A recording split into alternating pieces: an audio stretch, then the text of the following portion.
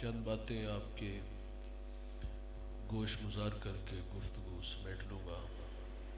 دعا ہے اللہ حق بیان کرنے کی توفیق عطا فرمائے، قابل عمل باتوں پر ہم سب کو عمل کر کے زندگی کی راہوں کو درست کرنے کی توفیق عطا فرمائے۔ اس کو بالکل سادہ سا کر لینا، چند نصیحت و موضوع باتیں ہیں، دھیان سے سنیے گا۔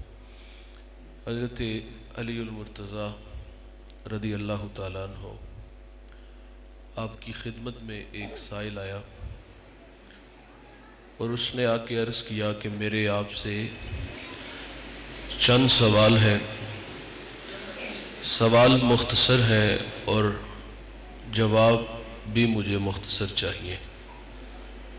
اگر وہ میری تشفی کے لیے کافی ہوئے تو میں زندگی کے بقیہ لیل و نہار انہی راہوں پہ گزار کے اپنے لیے سامان آخرت تیار کروں گا۔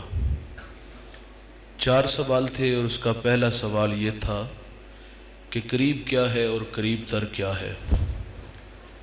تو آپ فرماتے ہیں قریب قیامت ہے اور جو اس سے بھی قریب تر ہے وہ موت ہے۔ موت کتنی قریب ہے یہ ہم میں سے کسی کو کوئی خبر نہیں کہ سانسوں کی مالا کب ٹوٹ جائے اور یہ موتی خاک میں مل جائے۔ آپ جانتے ہیں گنتی الٹی شروع ہو جائے تو نتیجہ 0 پر جلدی آ جاتا ہے۔ میری اور آپ کی زندگی کی گنتی یہ الٹو شروع ہو چکی ہے اور ہم مرنے تک دھوکے میں رہے اور یہی سمجھتے رہے کہ ہم دن بدن بڑے ہو رہے ہیں۔ بڑے نہیں ہوتے دوست، ہم دن بدن چھوٹے ہو رہے ہیں۔ اس دنیا میں آنے کی ترتیب ہے پہلے والد بعد میں بیٹا، لیکن یہاں سے جانے کی آئی سب ایک جگہ پہ چھوڑ دیں، کم آواز رکھیں، میں خود اونچا بول لوں گا تھوڑا۔ پہلے والد بعد میں بیٹا، لیکن یہاں سے جانے کی کوئی ترتیب نہیں، بس ایک لمبی لائن لگی ہے، اس میں آپ بھی کھڑے ہیں میں بھی کھڑا ہوں۔ میری باری نہ جانے کب آ جائے، آپ کی کب آ جائے کوئی خبر نہیں۔ ہم 100 سال بھی جئیں گے تو بالآخر مریں گے، کیونکہ موت سے کسی کو بھی رستگاری نہیں۔ ہماری زندگیاں حادثات سے بھری پڑی ہیں اور بعض حادثے تو ایسے ہوتے ہیں جو تڑپا دیتے ہیں۔ دوست سے وعدہ کر کے گیا کہ ہم دوبارہ 1 گھنٹے بعد ملاقات کرتے ہیں، ٹھیک آدھے گھنٹے بعد اسی محلے کی جامع مسجد سے اس کے مرنے کی خبر ملتی ہے۔ کانوں کا دھوکہ لگانا، اتنا بے وفا تو نہیں کہ دنیا چھوڑ جائے گا، لیکن جب اس کے ویڑے تک پہنچے تو وہاں صف ماتم بچھا ہوا تھا۔ وہ وقت آنے والا ہے دوست، ہم نہیں ہوں گے، چند دن یادوں کے چراغ اور پھر بلا دیے جائیں گے۔ یہ دنیا کا مزاج ہے، یہ بہت جلد بھول جاتے ہیں۔